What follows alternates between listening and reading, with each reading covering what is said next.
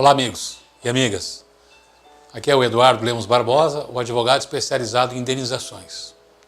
O vídeo de hoje, eu gostaria de falar nesse espaço um pouquinho do acidente de trabalho. Como ele ficou modificado depois dessa reforma trabalhista de novembro do ano passado. Vejam,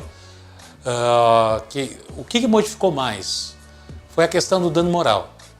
Antes, num acidente de trabalho com morte, vamos falar com morte, mas serve também no caso de não ter óbito. Você entrava com a indenização e, em relação ao dano moral, era arbitrado pelo juiz. Porém, o artigo lá da reforma trabalhista mencionou que o dano moral estabeleceu uma tabela de dano moral. No caso de morte, seria 50 vezes, infração gravíssima, seria 50 vezes o salário do trabalhador. Vejam, isso é tabelamento. Tabelamento de dano moral é inconstitucional.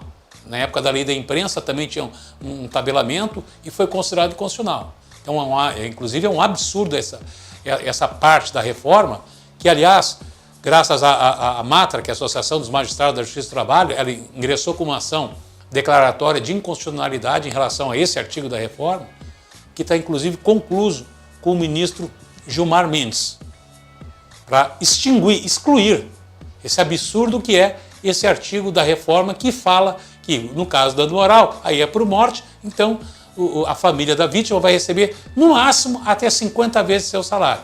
Vocês vejam que absurdo. Quer dizer, se, por exemplo, o trabalhador ganhasse R$2.000, ele morreu num acidente de trabalho, a indenização máxima para os seus familiares seria de 100 mil a título de dano moral. Isso não existe. E o pior, gente, é que está sendo adotado esse artigo. Claro, vocês vão dizer, não, Eduardo, mas como é que o juiz não vai adotar esse artigo se está previsto? Não, mas não é bem assim. O juiz tem um poder, por senso intrínseco, de avaliar isso aí. Eu mesmo tive decisões que observaram o artigo, mas outras não. Mas, enfim, graças aí à MATRA, a minha esperança de todos os operadores do direito é que seja declarado a inconstitucionalidade desse artigo, que é uma violência aos direitos constitucionais da família da vítima, né? E a todos nós que operamos com direito. Certo, gente?